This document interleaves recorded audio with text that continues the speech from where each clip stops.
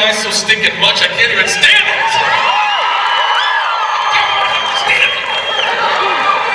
I'm so happy to be back here. You guys are literally the most lovely, warm, kind, gracious fans in the world. You should pat yourselves on the back right now. So should we just get into fan Q&A? That's pretty much what we do. Who's been to a Zach panel before? Who's never been to a Zach panel before?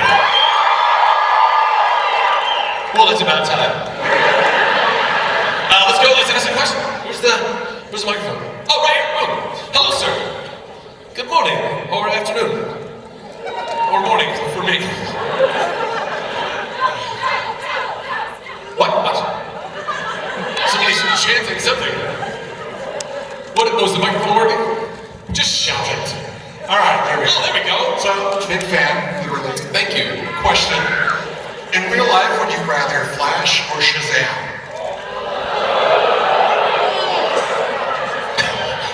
Everybody's like, ooh, what are you gonna say about yourself? Diss. I wouldn't. Oh, the ooh's really like, I'm about to lose fans right now. No, I mean, I'd have to Shazam. I honestly,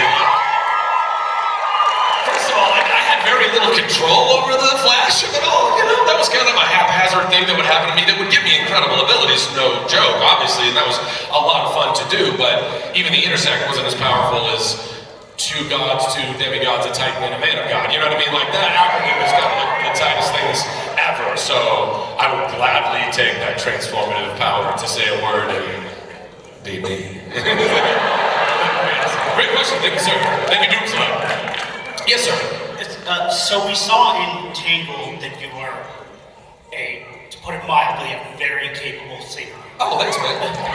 So with the musical boom that's happening right now with West Side Story, Guys and Dolls, Jekyll and Hyde and everything, would you be interested in potentially taking whichever one Hugh Jackman turns down? Very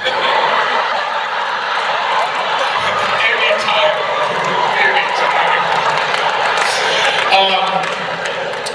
Yeah. Well, first of all, Hugh Jackman is such a talented dude. I mean, that guy, like, honestly, is somebody who really, I love doing musical theater, and I love doing superhero movies, and I love doing all the things I've gotten to do, and I feel like he's blazed such an incredible trail as an actor who's worn all those hats and done it so deftly and so well. So any role that Hugh Jackman decides he doesn't have time for, I would gladly take the scraps off of the Jackman table. To put it bluntly, but yeah, man, I love musicals. So Guys and Dolls seems to be maybe the next thing. I mean, there's a bunch of musicals that are being developed like all the time. I hope, because I love musicals. I think I've said that 4 times already in this answer. Because I love musicals. 5 anyway. But I think Guys and Dolls. I mean, they did announce that they're starting to work on that, and yeah, I'd love to be a part of something. I just like old throwback, cool Hollywood musicals, like Singing in the Rain, you know what I mean? And then with Gene Kelly and Donald O'Connor and Debbie Reynolds, which is specifically Singing in the Rain, but all the other movies they put together too. Yeah, cheers, thank you, man, I appreciate that. Yes, what is your question? If you were stranded on a desert island, what kind of sandwich would you take? If I was stranded on a desert island, what kind of sandwich would I take? Who knows that reference?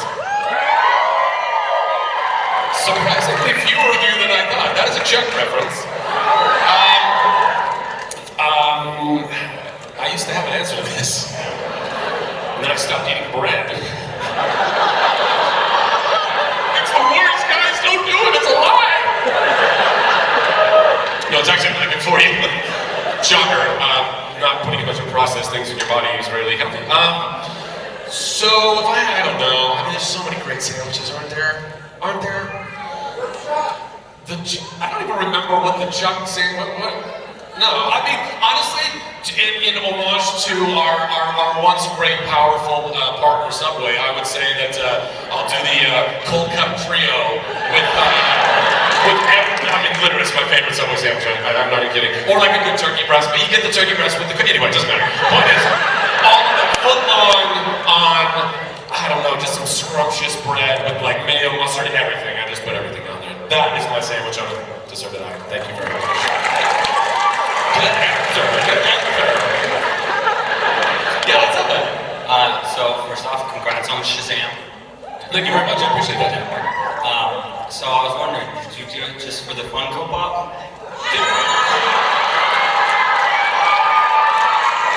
I finally got a pop, guys.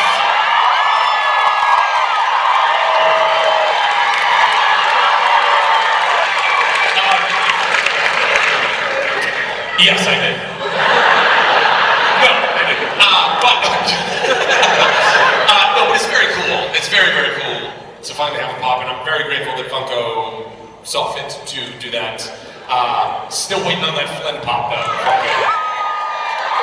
And Chuck pop and Tangled pop, fine, all of those, but there is a Rapunzel pop, and there's a Maximus pop.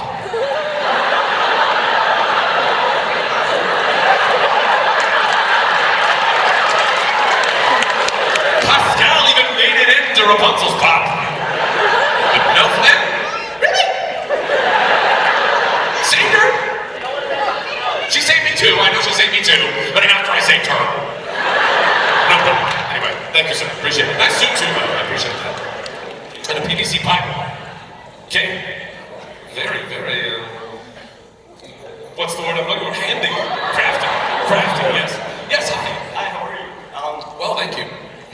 It's been reported that Sterling K. Brown was We get confused all the time. was going to join the Marvelous Mrs. Maisel cast. Yeah, he is. Yeah, I think that's a 100% real thing.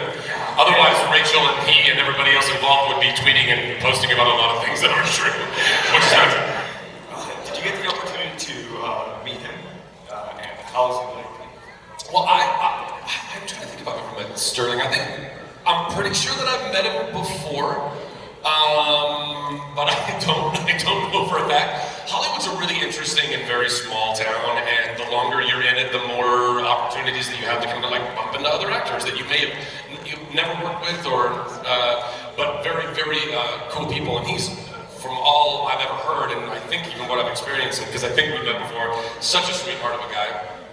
But I haven't worked on Maisel this season, so I wouldn't have met one set. I'm not even sure he started working yet. I'm not sure what episode they're in. But if I do get the privilege and honor to go back and do even a bit of that show, and he's in those same episodes, I would be stoked. I think he's such an incredibly talented actor, and what he and Mandy and all of the rest of the cast on This Is Us are doing right now, making such incredible programming, I'm just so proud of them. I'm so stoked for them all. It's really, really cool. Yeah, cheers, yeah. Oh, Maisel's your favorite show? Yeah, well, you have excellent taste.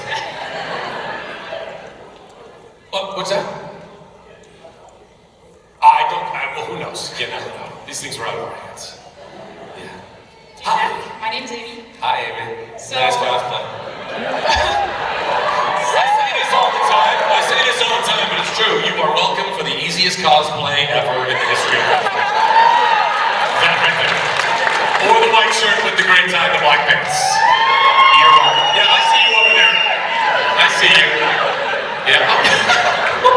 All right. What's your question? So I know you're a big Disney nerd and you like to go to Disney. Disnerd, please. Is the appropriate term that I coined. Continue. So have you ever met yourself as Flynn Rider at Disneyland? Have I ever met myself as Flynn Rider? You mean have I ever met Flynn Rider? Yes. Many times. How did that And they're all pretty darn good. I think one of the things I appreciate about Disney is that they take all of their cast members and all the actors that bring these characters to life, they really give them an excellent kind of lexicon of the character and really help them to come to life. So kudos Disney for keeping the charm and the smolder alive. At Disney. I have yet to go to Disney World though, so all those funds could be, kaput. I have no idea. But thank you, yes. Yeah. Hi. Hi. Wow. Oh, That's loud. it's power. Yeah. Amplification!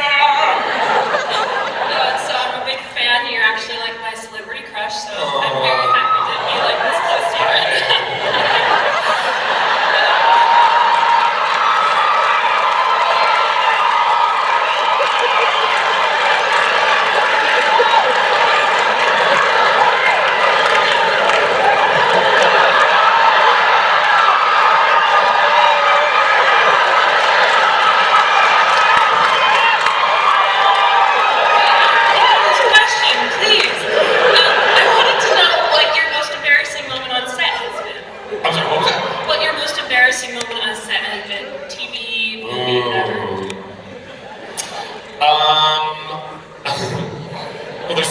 it's very difficult to pick up on.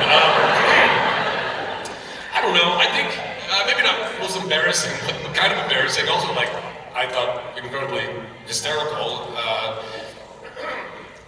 There was one.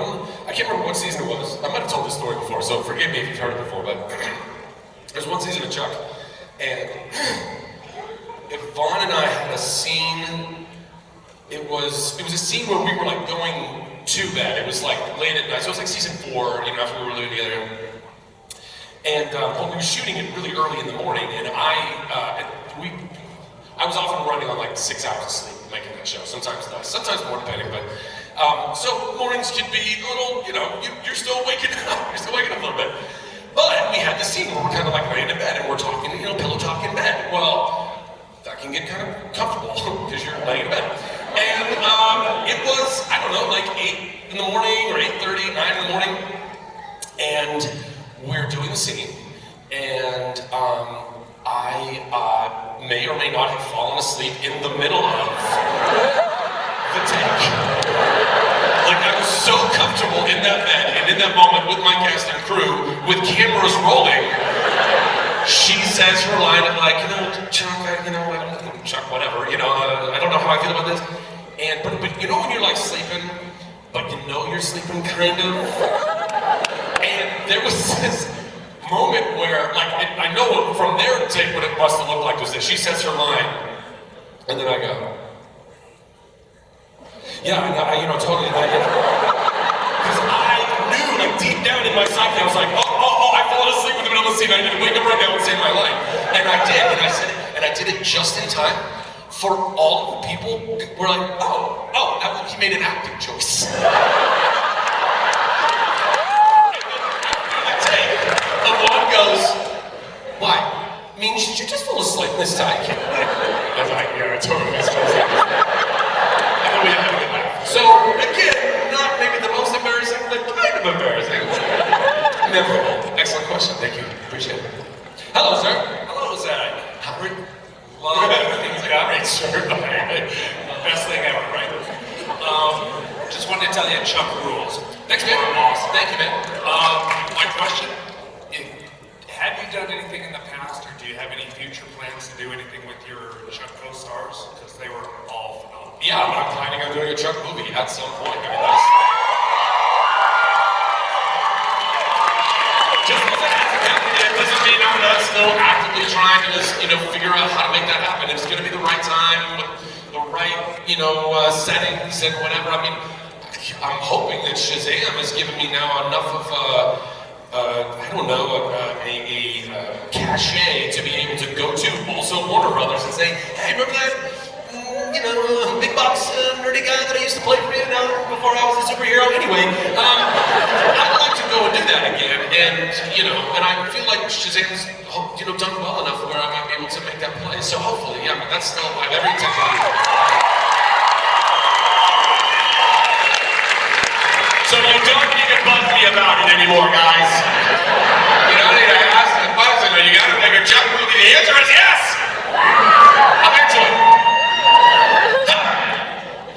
Hello, Captain. I was listening to a show channel a month or so ago. Excellent, Jared. The song First Impressions came on, and just broke out laughing. Yeah. Looked at my phone and it's like first day. Wait, there's Zachary Levi. Yeah. How did you become involved with that? And are there any funny stories that happened while you were doing that? Yeah, man. Well, First Date, for those of you who don't know, First Date was I've only done 2 Broadway shows. The first one was First Date, and it was, and the second one was She Loves Me, which was, that one actually got live streamed. It was the first Broadway show to ever be actually live streamed online, and then that whole recording you can still go watch. First Date, unfortunately, there was never a professional recording made of it, so for all of you who didn't get to see it, well, that's just too bad. Although, there is like a super wonky, like bootleg, illegal recording online, which is one of the worst / best recordings I've ever seen, because the person clearly loved the show. Like, you could tell that they like knew the show, and that's even why they wanted to bring the camera in. And they're way up in like the nosebleed mezzanine, way up in the corner. It's not a great angle at all. There's literally like lights and stuff hanging in the way. But they were the most polite, what is somebody called that goes in and illegally records things? A what? Pirate? A pirate. A pirate. They were the most polite pirate ever because they have the cameras. You should go check it out just for this. They literally are videoing the show illegally, and like, you know, you can kind of tell like they're trying to keep it away from anybody like security or, and then like a number from like the song would end, and then they put the camera down to applaud. To applaud with everybody, like, yeah! And then they get so lost in the scene coming out of the song that they wouldn't put the camera up for a minute, and you can see it just sitting there, and then all of a sudden you can tell they realize because you get this with the camera. This is the work. If you're gonna go through all the trouble of like literally doing something illegal, like at least commit to that, right? But also, like how adorable that they were like, "Oh, this is such a great show, and I have to applaud for it." Anyway, tangent. Shocker, it's a Zach panel. Yeah, man. First date was just honestly, I got a call from my agent. There had been a couple of different Broadway shows that had come my way.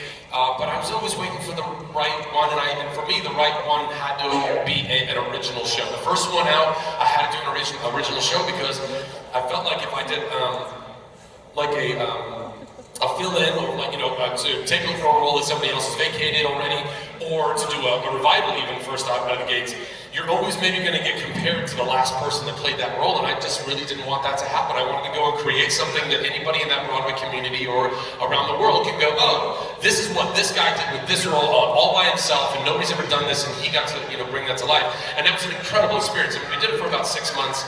And Krista Rodriguez was my incredible co-star in that, and also we had 5 other incredible ensembles. 7? No, I think it was 7 total. Anyway, a romantic comedy musical about, you know, basically a guy and a girl on a first date in a bar in New York, and it was a really lovely thing to get to be a part of. And I still run into people now today who saw it, and it's like yeah. How many people actually saw First Date on Broadway?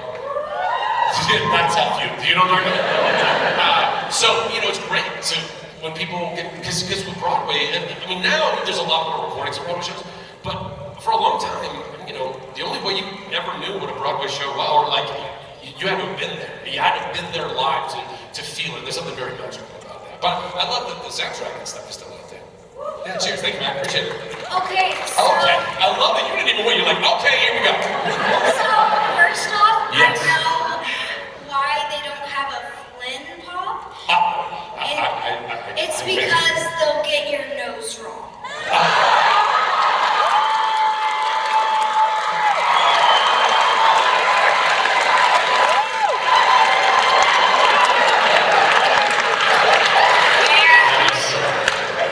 How does it feel to be a thief in Rapunzel? Misunderstood. I mean, honestly, and I know I'm biased because I'm Eugene, but I really do. How it felt to be a thief in Tangled is the same of, like, if you were to ask me, what's it like to win the lottery?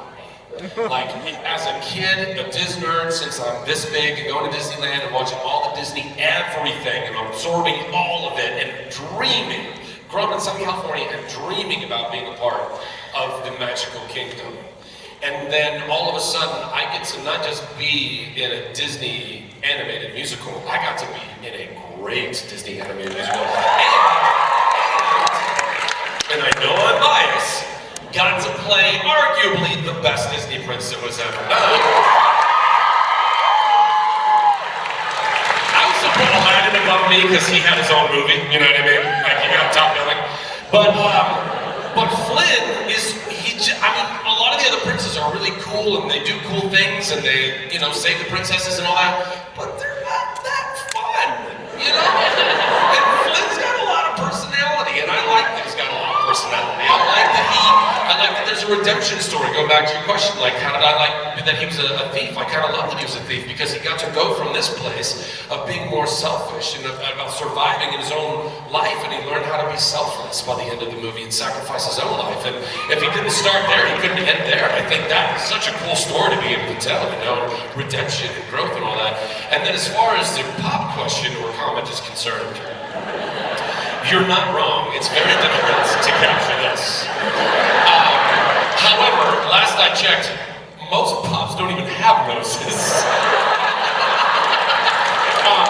But more than that, and I think this would be super fun, honestly, this is total missed opportunity, and as soon as Funko gets on board, we're gonna have a blast. They should make a Flynn pop, and they should give him interchangeable noses, is what they should do. So you can put all the wrong ones on, and you finally get the nose right, you know what I'm talking about? Like a Mr. Potato Head, but just with a bunch of noses. Excellent questions. Thank you very much. Sorry, I'm on the show right now. Hi. The question that I have is, It's okay. You need some hands. the problem that I have right now is trying to get it out. So, with you talk about ADD. Yeah. And how do you make it positive instead of dealing with the negative part? Because that's what I'm dealing with right now. ADD? Yeah. ADD and just trying to cope with it and Yeah. be able to do something with it, Yeah. work for me rather than me working for it. Do you feel like ADD is bringing you anxiety and stress in your life? This last year. Yeah? Okay. So this is the first thing we're going to do. I think this will be a really lovely healing moment for you, for me, hopefully for a lot of people. Show of hands, how many people struggle with ADD or anxiety in their life in any way, shape, or form? Even a little bit. How many people wake up and you feel like you're overwhelmed in your day? Look around the room right now. Look how you're not alone. None of us are alone. We all deal with this on a regular basis. So first and foremost, know that you are loved and you are surrounded by people that understand the things that you are going through. We are never alone in our mental illness, guys. Just trust that. That's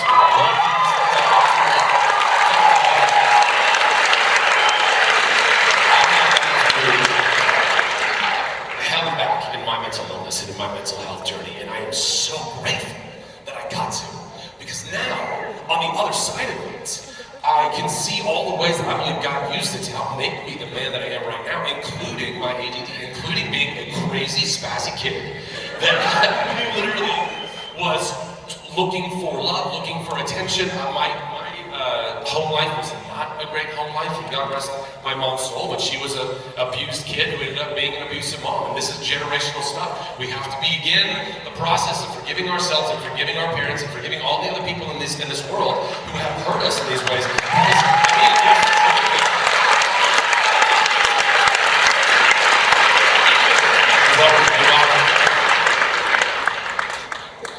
There's so much more that I would love to talk about on all that stuff, but we'll talk about more mental health as the years go on, because it's the most important thing we're going to talk about, right? Question in the morning. What was it like working with Brett and Flynn? It was so fun, man. You know, it's so the Shazam press tour, or as I called it, the Shazam Yes tour, because it was so fun.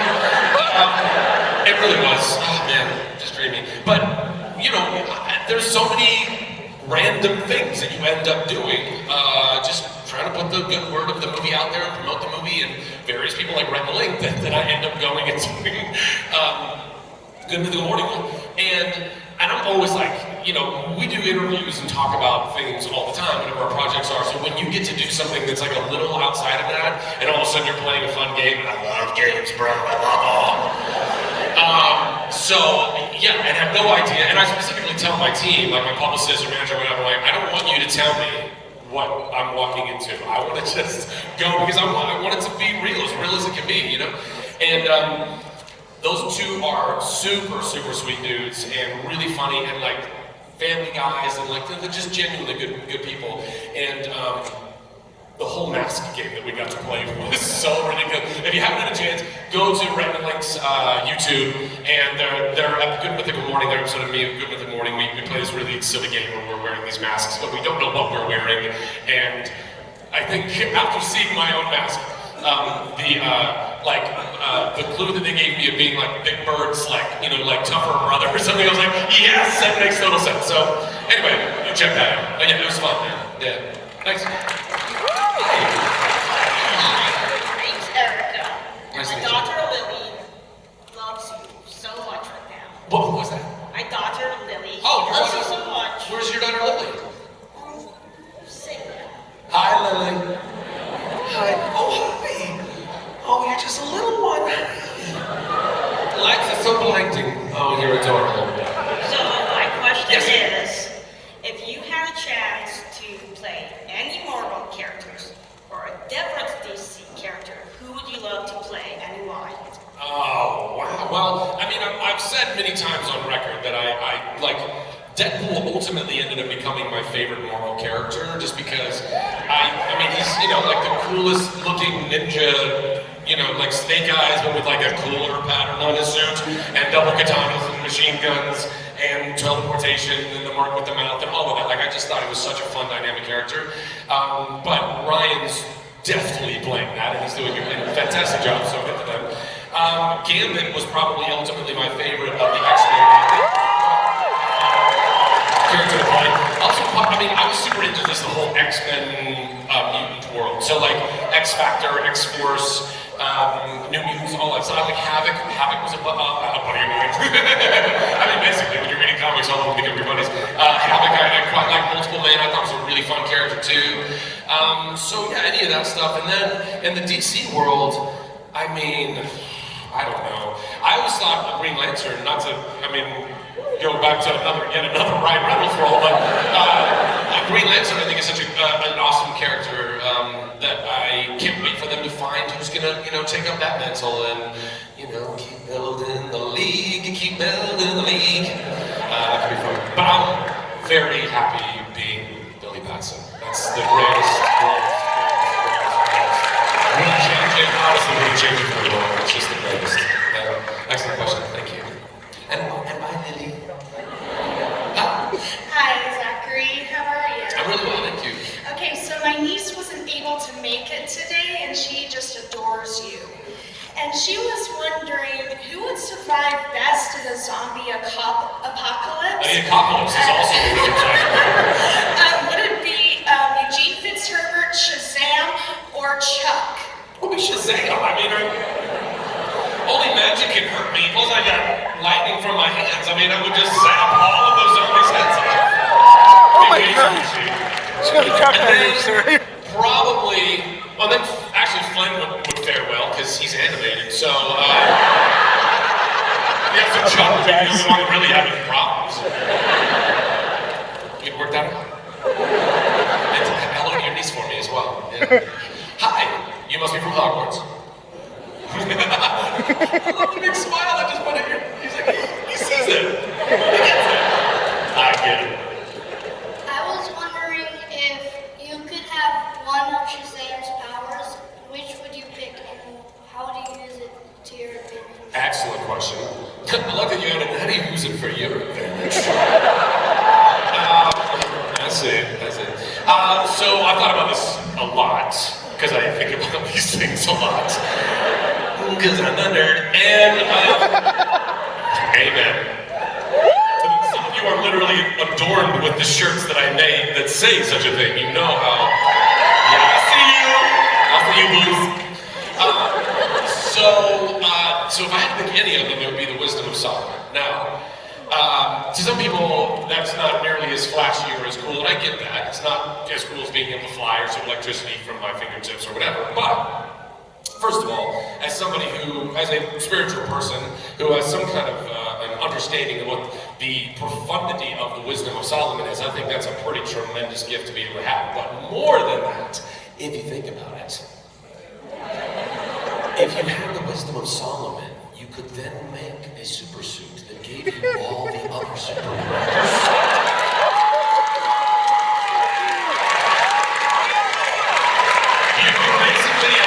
You're just like a super wise Tony Stark, you're not very So, Wisdom of Solomon, check. And I can use that to my advantage in a number of ways.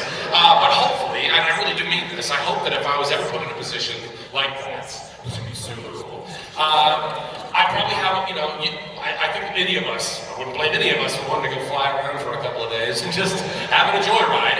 But then after that, you realize you've been given, not to quote another superhero, but one that's also kind of similar to Billy Batson, with great power comes great responsibility. And I hope that I would use every bit of that to go do right in this world, to go stop bad people from doing bad things and help good people do good things. That's what you do.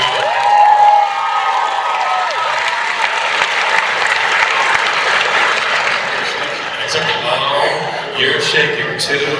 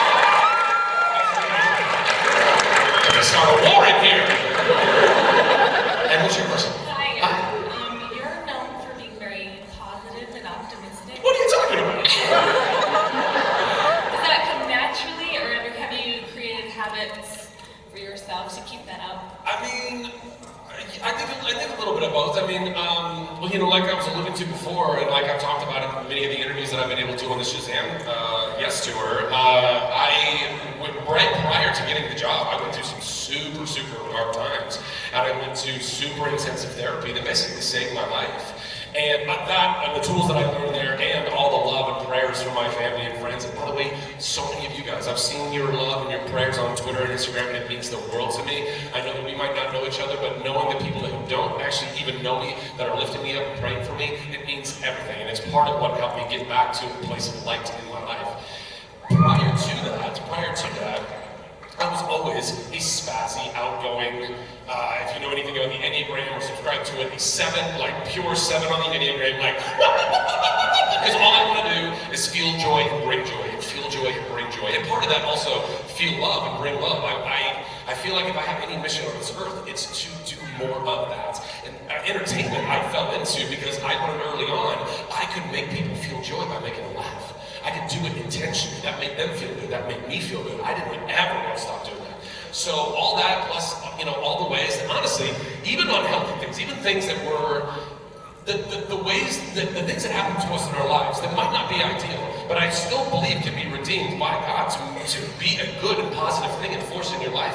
And it's given me empathy for a lot of the stuff that I've gone through.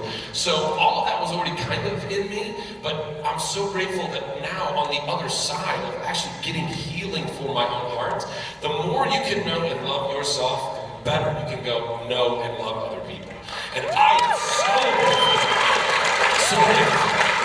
So that's all part of that. You gotta work on it. It's a daily thing. I spend time in prayer morning and night. You can meditate, go to the gym, take care of yourself. Guys, love yourself. You're so worthy of it. You're so worthy of all the love that you feel in your life. If you feel like you're not feeling loved, you're loved. Go ask people around you. Go ask your friends and family. You're loved, you're loved, you're loved. And go love yourself. It's so important. Anyway, so I'll stop there.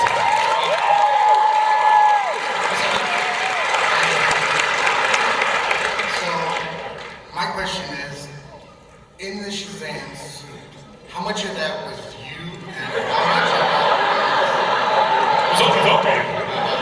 Can't you tell?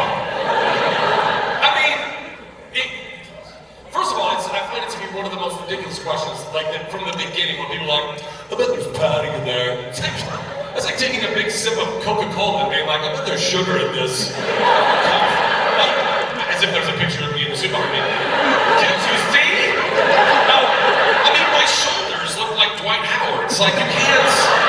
I have big shoulders, but there's clearly augmentation there. But bro, I mean, I've been busting my butt at the gym for 18 months, 6 days a week. 18 months of chicken and broccoli, and by the way, also super grateful for it. Warner Brothers paid me to get in the greatest shape of my life. I'm stronger and healthier than I've ever been in my life. mentally, emotionally, physically, all of it, and I don't want to stop. I just want all of us to be strong and healthy. I want us to go dominate this world. Guys, the world's gonna be so groovy when we all love each other, it's gonna be amazing. I can't even tell you.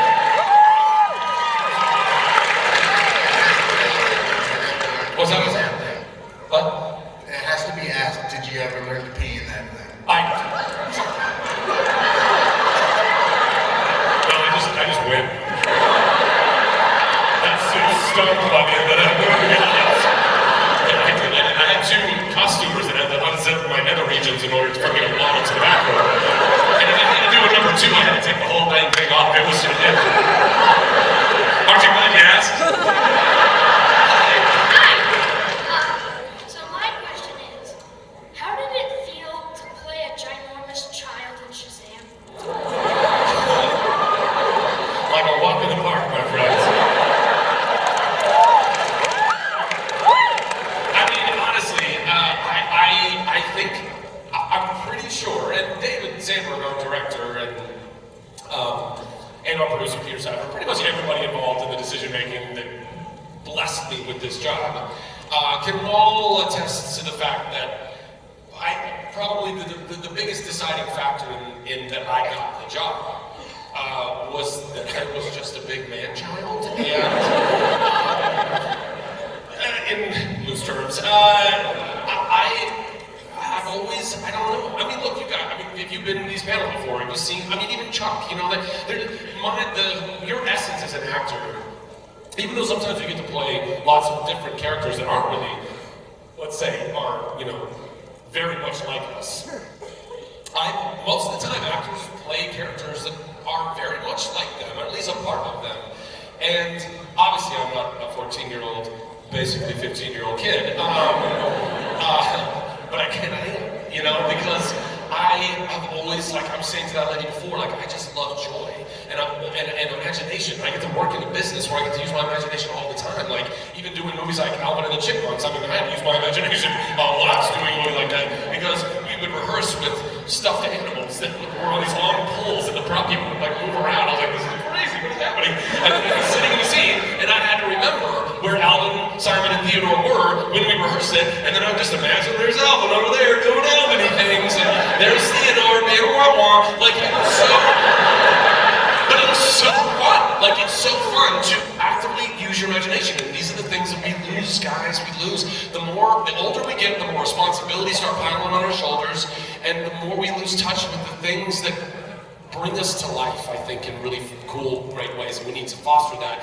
And I have, for better or for worse, fostered all that in me pretty tremendously over my life. And, you know, and playing video games and reading comic books and loving going to superhero movies. So me on screen as Billy, a lot of that enthusiasm was just Zach being super stoked that he was a superhero and not have to rein it in. I mean, could you kind of like, it would kind of suck to be, hear me out when I say this, not suck to be Batman would be amazing, but if you get cast as Batman, you gotta know, like Christian Bale was stoked. He was like, oh my God, I get to be Batman! And then the cameras roll and it's like, you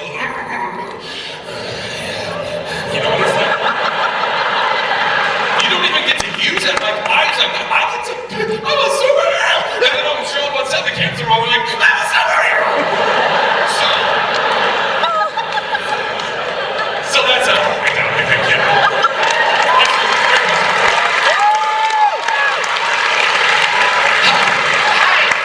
So I've seen your movie 3 times so far. It takes somebody new every time. Anybody beat 3? Anybody seen it more than 3 times?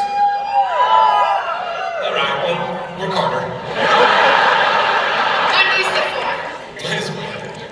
So I wanted to ask, do you think you'll ever take it to Broadway? You and Asher, you go to Broadway? Shazam on Broadway? Well, I mean, we are one of the few titles of projects that is honored enough to have an exclamation point at the end of our name, like Oklahoma. Hello, Dolly. Airplane. It's a very elite group, guys. So we got that going for us. And oh my God, I mean, Asher's so talented. That kid is I jokingly but very meaningfully say that kid's going to be the next Justin Timberlake. Well, I'm just wanting to be Justin Timberlake. Hold on to his coattails. All the kids in the movie so talented, so talented.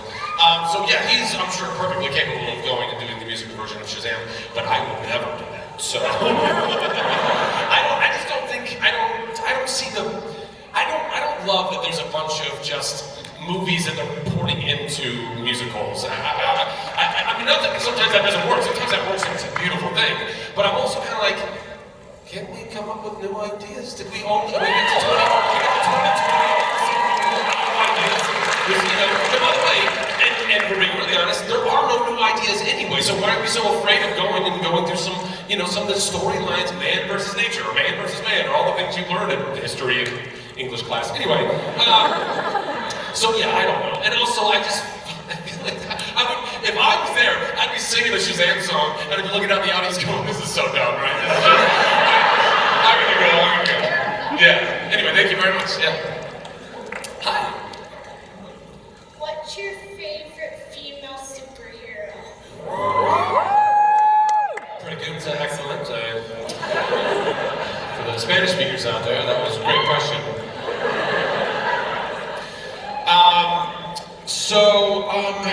Favorites? Well, to be honest, and maybe it's because I thought Gambit was such a great character, but I loved Rogue.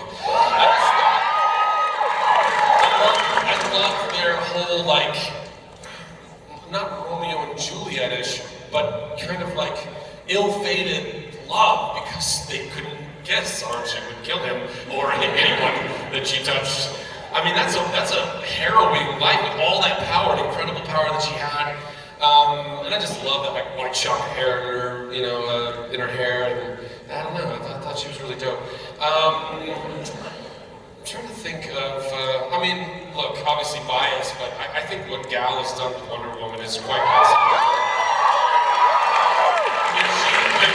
Wonder Woman as a character is fantastic, and I quite do love that we are now getting all of these, Captain Marvel even, these female-led, empowered storylines, particularly for people like yourself. And so I love all that, but I just think gals, I don't know, I mean, well before I got this job at Shazam, I remember watching that movie going, I don't know how to stop looking at her. She's effervescently charming and beautiful and has such a, I don't know, like the innocence about her that she brought Diana to life with, and I just think is so mesmerizing. I think it's lovely and still so strong and kick butt. So probably Wonder Woman, but in the Marvel universe, probably Rogue. Yeah. Thank you. Excellent question. I was wondering, with Nerd HQ, are you still working on that? Yes. Is there a follow-up to that? Yes. Okay. What can we do to help? Oh, what can you do to help? Well, is everybody here or who's familiar with Nerd HQ? Anybody? So for those of you who don't know what Nerd HQ is, I'm basically during a Comic-Con that happens to take place during San Diego, or in San Diego, that shall remain nameless.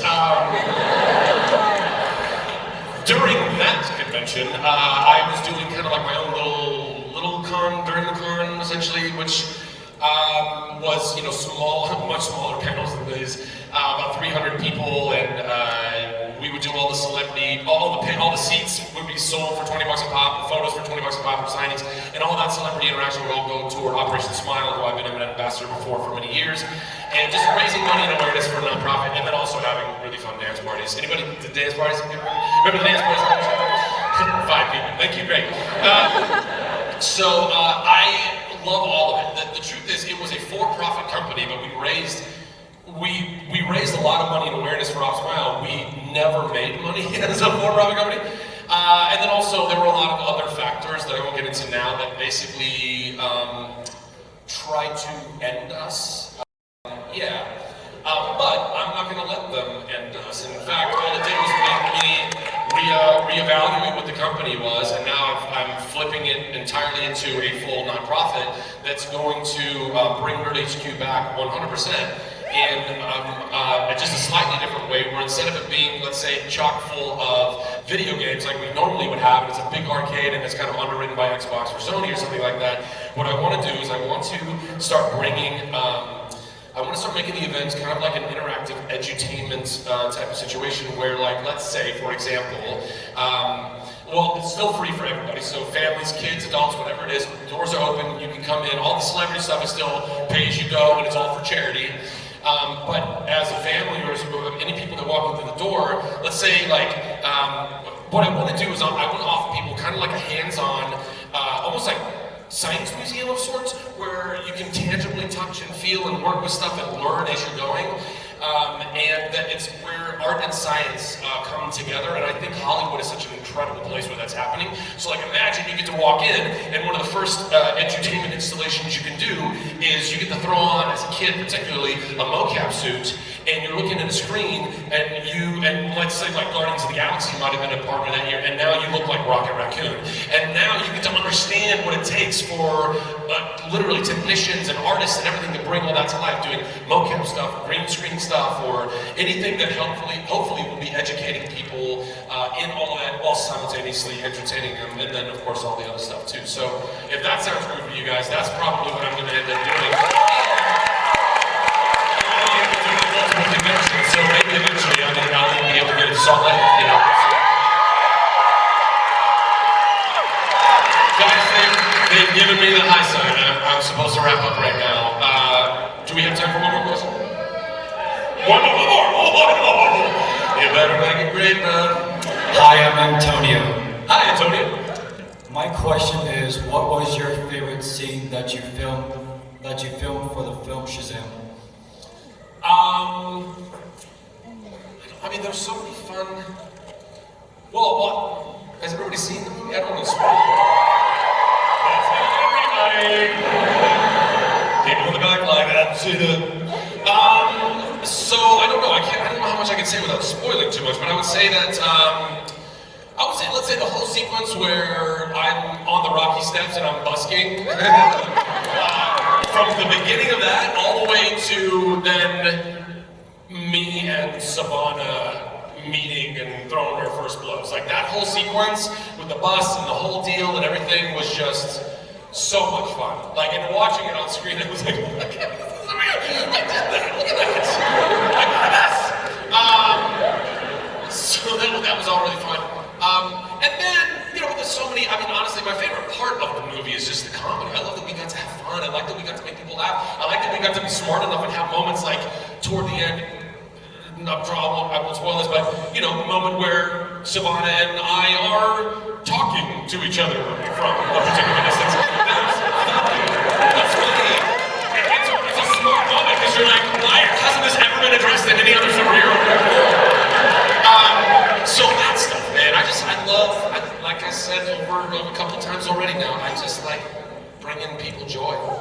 The fact that I can go on Twitter and I can see the responses of you guys saying, I left the theater and I felt good, I felt better about my moment in life right now. If I get to do that for the rest of my life, then I'm blessed, just beyond measure, man. So, yeah.